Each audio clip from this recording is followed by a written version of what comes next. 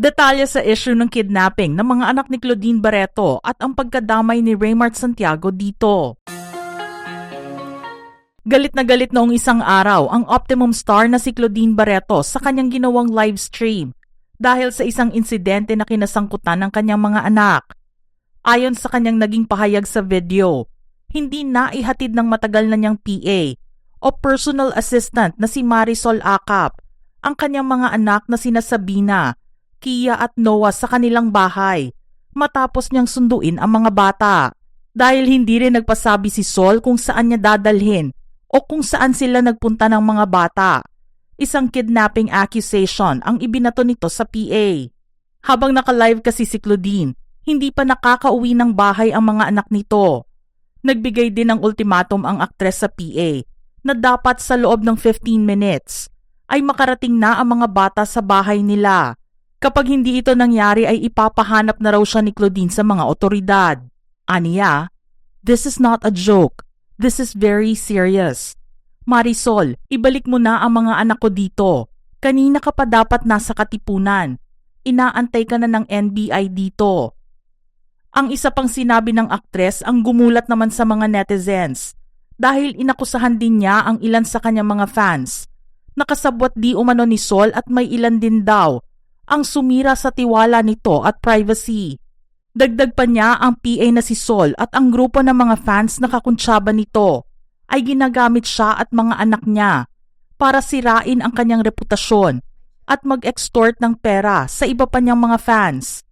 Hindi naman niya pinangalanan ang isang tao na sinasabi rin niyang gusto nang mawala siya sa mundo. And you know who you are. Hindi ka talaga titigil hanggat hindi mo ako mabaliw o mapatay. Nanay ako ng mga anak mo. If anything happens to me, especially sa fiesta ng Jensan, alam nyo na po, 2 tao lang ang gumagalaw.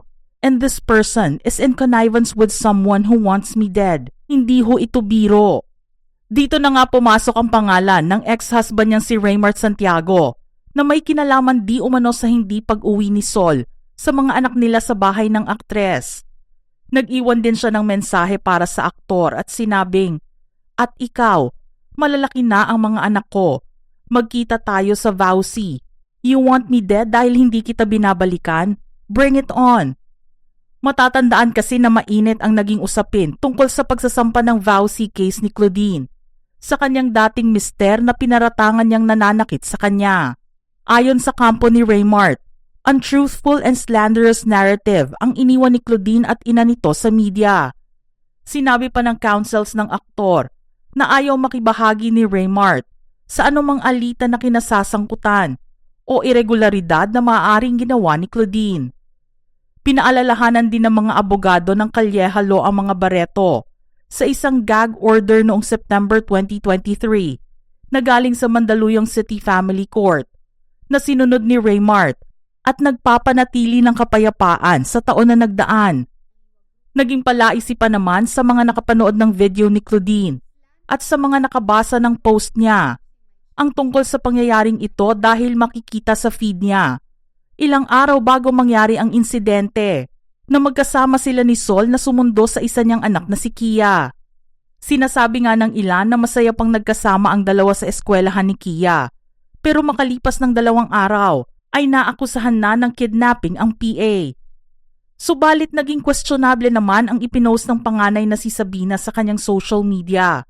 Aniya sa post, "Ate Sol, please surrender yourself to the authorities. You took Noah, Kia and I. Now you are hiding.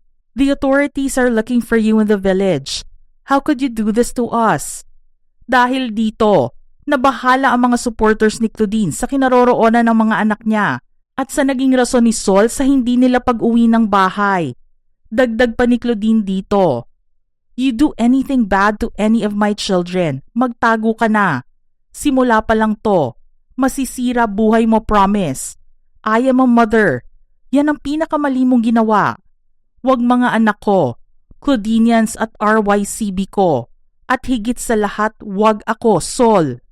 Ipinakita rin ni Claudine ang ginawa niyang pagnotaryo ng promissory note dahil sa pagkakautang nito sa kanya ng 5 million pesos na may petsang October 17, 2023 na hindi nabayaran noong April at July 2023.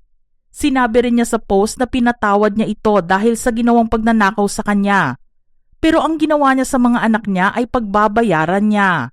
Marami naman ang nabahala sa kinasangkutang issue ng mga anak ni Claudine dahil kahit nagkaroon ng issue sa pera ang dalawa noon, pinaniwalaan at pinagkatiwalaan pa rin niya ito. May isang post pa nga si Claudine 6 days ago na humihingi ng tulong para kay Sol dahil sa pangangailangan nito ng donors na blood type B+.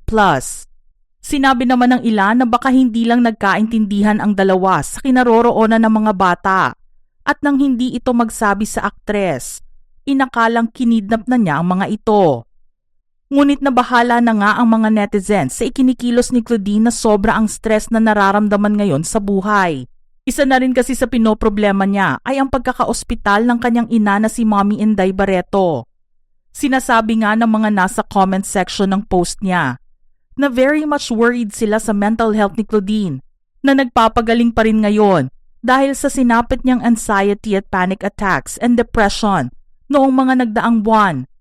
Sinabi nga ng ilan na dapat ay magpatingin na si Claudine sa mga eksperto dahil hindi na tama sa nakikita nila ang pabago-bago ng emosyon ng aktres.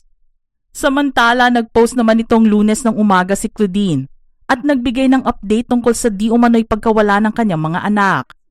Ipinakita niya ang screenshot ng pag-uusap nila via video call ng tatlo niyang anak na sina Sab, Kia at Noah. Naglagay din siya ng caption na safe and sound na ang ibig sabihin ay nasa maayos at ligtas na kondisyon ang kanyang mga anak.